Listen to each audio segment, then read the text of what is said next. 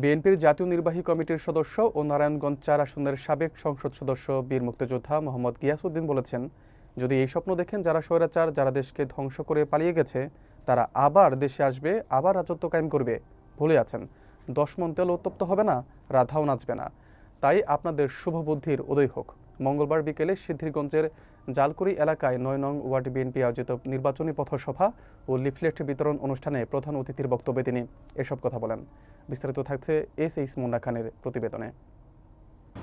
নাসিক ৯ নং ওয়ার্ড বিএনপির সভাপতি অ্যাডভোকেট মাসুদুজ্জামান মন্টুর সভাপতিত্বে ও সাধারণ সম্পাদক মহিউদ্দিন শিকদারের সঞ্চালনায় উক্ত পথসভায় উপস্থিত ছিলেন সিদ্ধিরগঞ্জ থানা বিএনপির সভাপতি মাজিদুল ইসলাম, সাবেক সাধারণ সম্পাদক এম এ হালিম জুয়েল, নারায়ণগঞ্জ মহানগর যুবদলের সাবেক আহ্বায়ক মমতাজ উদ্দিন মন্টু, ভারপ্রাপ্ত সাধারণ সম্পাদক আবুল হোসেন, সাংগঠনিক সম্পাদক আকবর হোসেন, সিদ্ধিরগঞ্জ থানা কৃষক দলের সাবেক যুগ্ম আহ্বায়ক দুলাল হোসেন, সিদ্ধিরগঞ্জ থানা জিয়া সৈনিক দলের সাধারণ সম্পাদক কবির হোসেন, ৪ নং ওয়ার্ড বিএনপির সাংগঠনিক সম্পাদক হারুনুর রশিদ সহ আর অনেকে। যদি এই স্বপ্ন দেখেন যে যারা স্বৈরাচার এই দেশকে ধ্বংস করে পালিয়ে গেছে তারা আবার দেশে আসবে, আবার রাজত্ব কায়েম করবে, ভুল জায়গায় আছেন। 10 মণ তেল উত্তপ্ত হবে না, রাধাও নাচবে না, মনে রাখবেন সেটা আর হবে না। কাজে আপনাদের শুভবুদ্ধির উদয় হোক এটা চাই।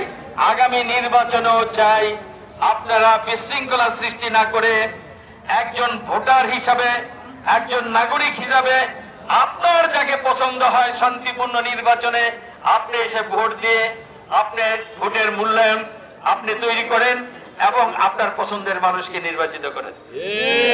আমরা বলতে পারি বিএনপি যদি আবার সুযোগ পায় দেশ পরিচালনা করার, আপনাদের উপর কোনো নির্যাতন করা হবে না, নিপীড়ন করা হবে না, অন্যায়ভাবে প্রতিহিংসামূলক আপনাদের বিরুদ্ধে কোনো ব্যবস্থা নেওয়া হবে না।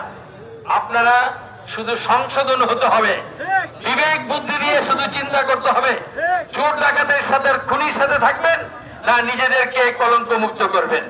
এই বিবেচনা আপনাদের কাছে দিয়ে আমি আমার প্রিয় সহকর্মীদের আবার বলবো, যারা ভালো মানুষ তারা যেন স্বাচ্ছন্দ্যে গণতান্ত্রিক অধিকার প্রয়োগ করে রাজনীতি করতে পারে সেই সুযোগ আপনারা দিবেন।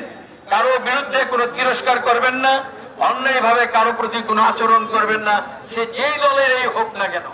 সকলের সাথে সহমর্মিতা রেখে আমরা সহ অবস্থান করব এবং সুষ্ঠু ধারার একটা গণতান্ত্রিক রাষ্ট্র ব্যবস্থা প্রতিষ্ঠা করা ছিল মহান মুক্তিযুদ্ধ 2171-এর আমাদের স্বপ্ন।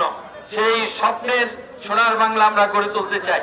আমরা গণতান্ত্রিক রাষ্ট্র ব্যবস্থায় দল থাকবে, মত থাকবে, একই এলাকায় এক ভাই এক দল করবে, আরেক ভাই আরেক দল করবে, সন্ধ্যাবেলা তো ফিরে যাবে একই ঘরে, সহ অবস্থান করবে। এমন সুন্দর সহ অবস্থান চাই।